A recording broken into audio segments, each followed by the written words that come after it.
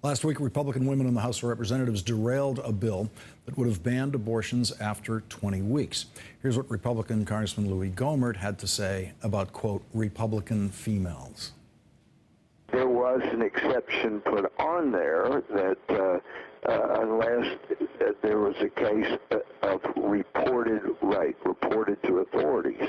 Well, that became the dividing factor among some of our female members of the House, Republican female members.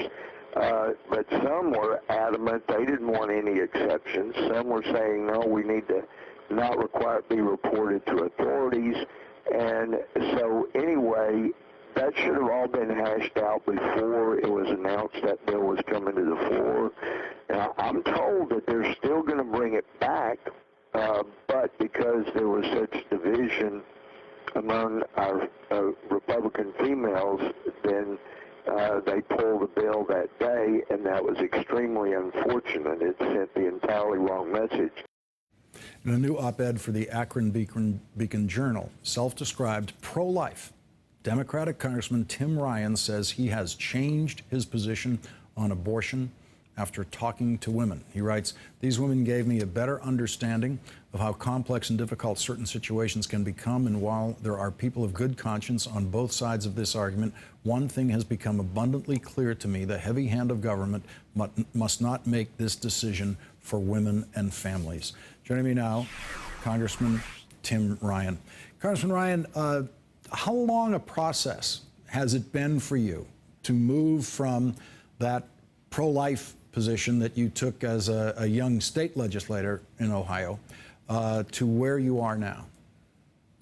I think it started once I got into Congress. I jumped right in. I don't exactly know why, but I jumped straight into the abortion wars, thinking that if we really wanted to, reduce abortions in the United States, that we had to address the issue of unintended pregnancies and how we should promote birth control and contraception, how we should encourage a woman to bring the baby to term by making sure that the mom and the baby had health care, had proper housing, had access to good food, adoption tax credits, and really ran into stiff opposition from the pro-life community who fought on contraception. And that kind of opened me up to thinking, hey, I'm not so sure I'm agreeing with these folks on a lot of these positions, and then really went on a journey really trying to meet women who were in these difficult circumstances.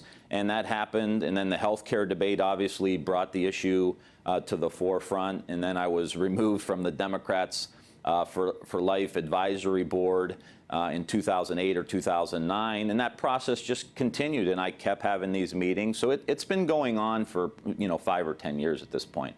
As I read your story, it's a familiar one to me. You brought up Catholic. You talked about how that helped form your early opinions about this and your evolution on it. One of the interesting things is that you are now a parent. You're now a father. You're a new father.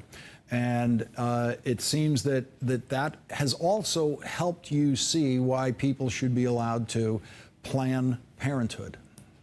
Well, anyone who's been involved with a pregnancy, like my wife and I were over the past year and a half, you have those moments where you're sitting in a doctor's office, you have tests coming back. We're very lucky. Our son is healthy.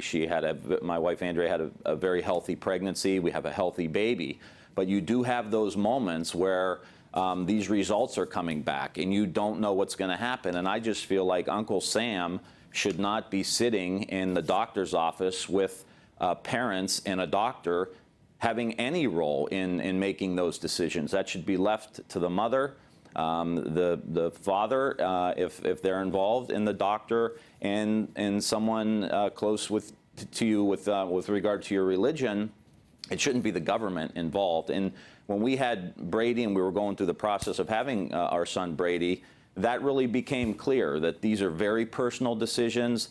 There's so many complicated scenarios that you just can't factor in that one federal law or one state law is somehow going to be able to adequately apply to all of these varied circumstances. And that became clear when I went through that with my wife and we were involved in that process. Congressman Tim Ryan, I wish we had more time tonight. Thank you very much for joining us.